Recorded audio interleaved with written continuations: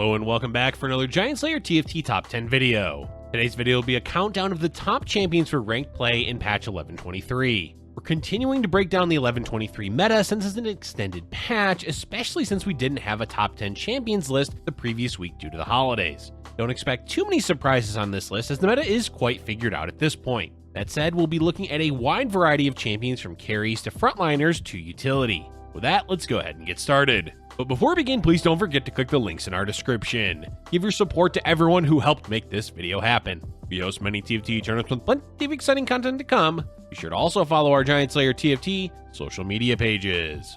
Alright, let's get back to the video. Starting off our top 10, we have Leona coming in at number 10.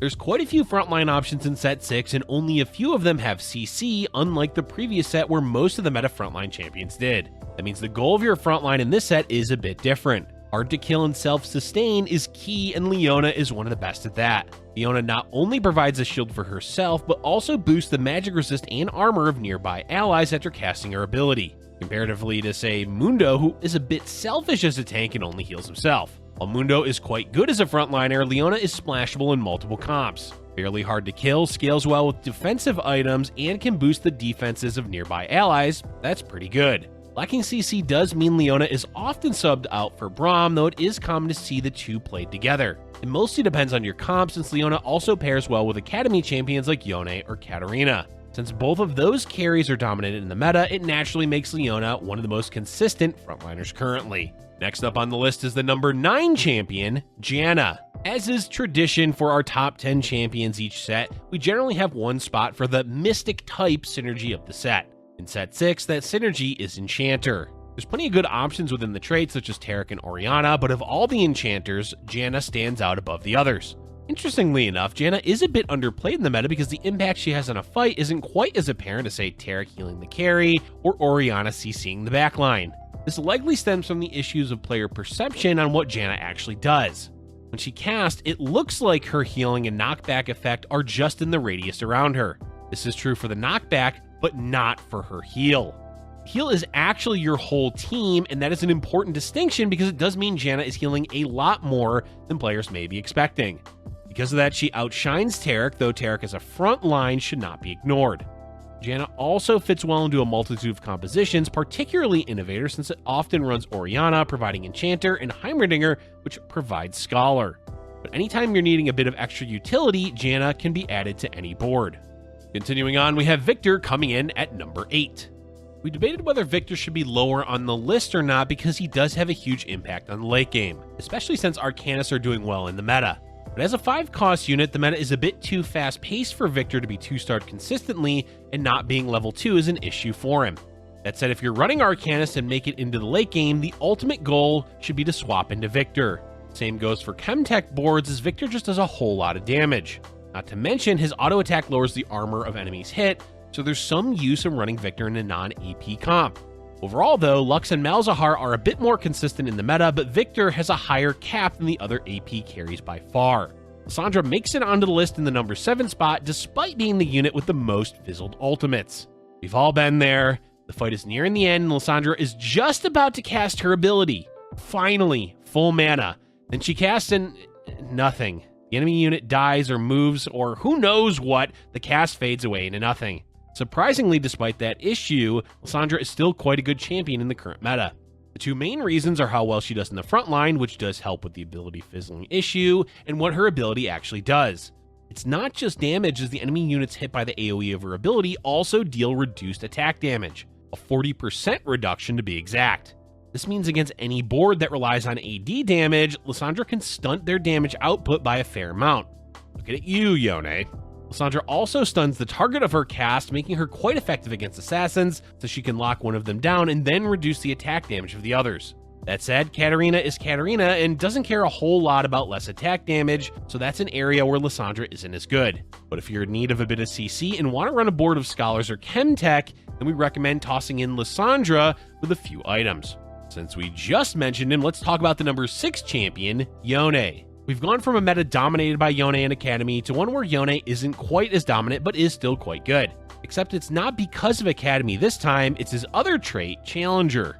Turns out having 2 scaling traits makes an auto attack carry do quite well, especially when one of those synergies as an attack speed stim. Look, we all know by now that Yone is quite good, as was evident in the previous patch. Give him Runins, maybe Last Whisper and Guardian Angel, and he's going to slash away until there's nothing left to slash. Nice and simple and easy to turn to if you're unsure of what to play. That said, Yone does have scaling issues in the late game because Challenger, while great for attack speed, doesn't add any base damage to Yone, so the longer the game goes and the beefier the enemy boards get, the less impactful Yone is. Still, Yone is amazing in the mid-game, and Yone 3 is certainly a win condition, so you'll never truly be in a bad spot when running him as a carry. Smack dab in the middle of the pack, we have Yuumi coming in at number 5.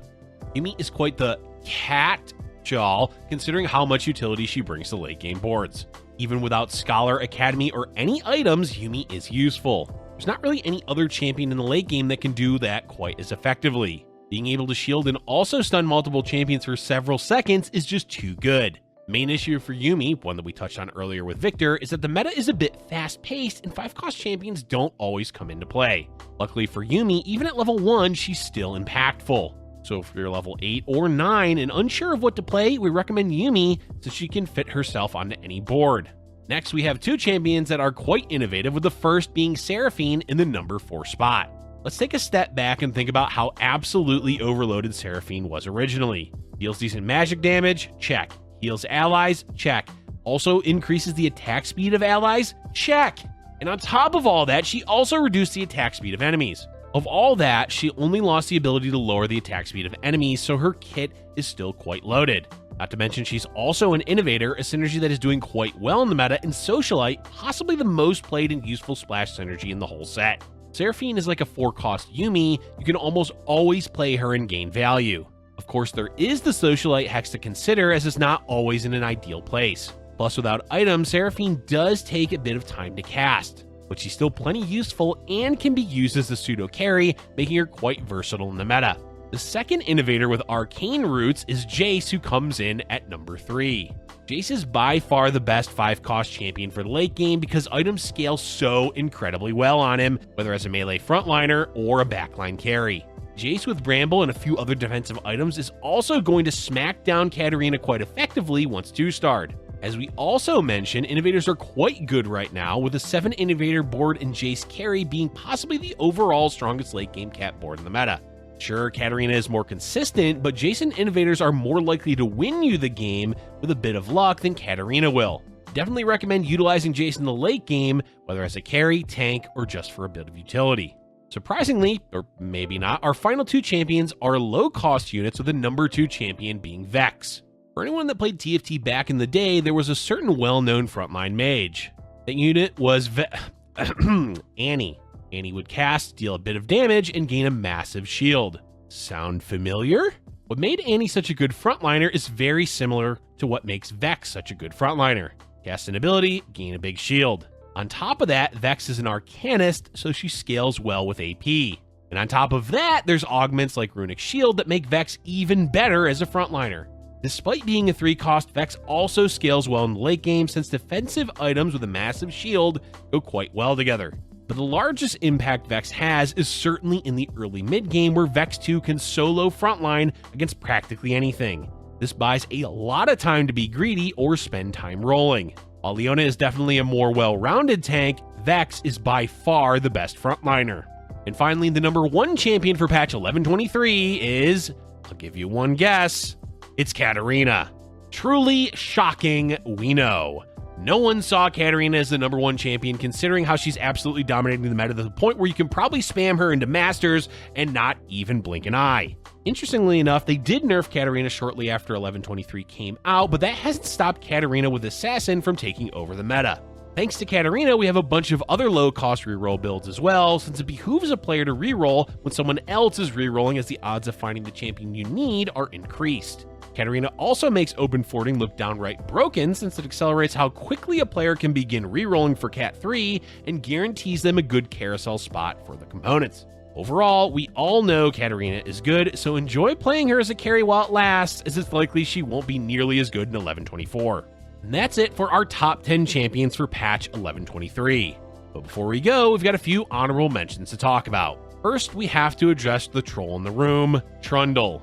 Trundle isn't quite as oppressive to play against as in set 5, where he stole a bunch of stats, but he is still quite troublesome to deal with when he's 3-starred.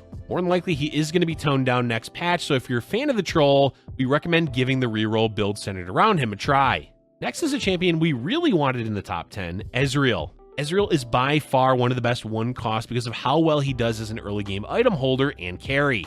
Part of that is due to his tags, Scrap and Innovator, but just the fact that he has an inherent attack speed scaling in his kit makes him ideal as an item carry. While he is quite good, other champions in the top 10 just overshadowed him a bit too much. Highly recommend building an early board around him if your goal is to win streak. And our final honorable mention is the one, the only, the Tahm Kench. Unfortunately, we did bench the Kench into our honorable mentions. Kench is still extremely good in the late game. The main issue is finding the right composition to fit him in because some other champions like Yuumi provide more all-around utility. Plus, Tahm does eat into your gold a bit because you need to feed him every round. So needy. If you have a composition that Tahm fits well with, definitely play him because he is quite good.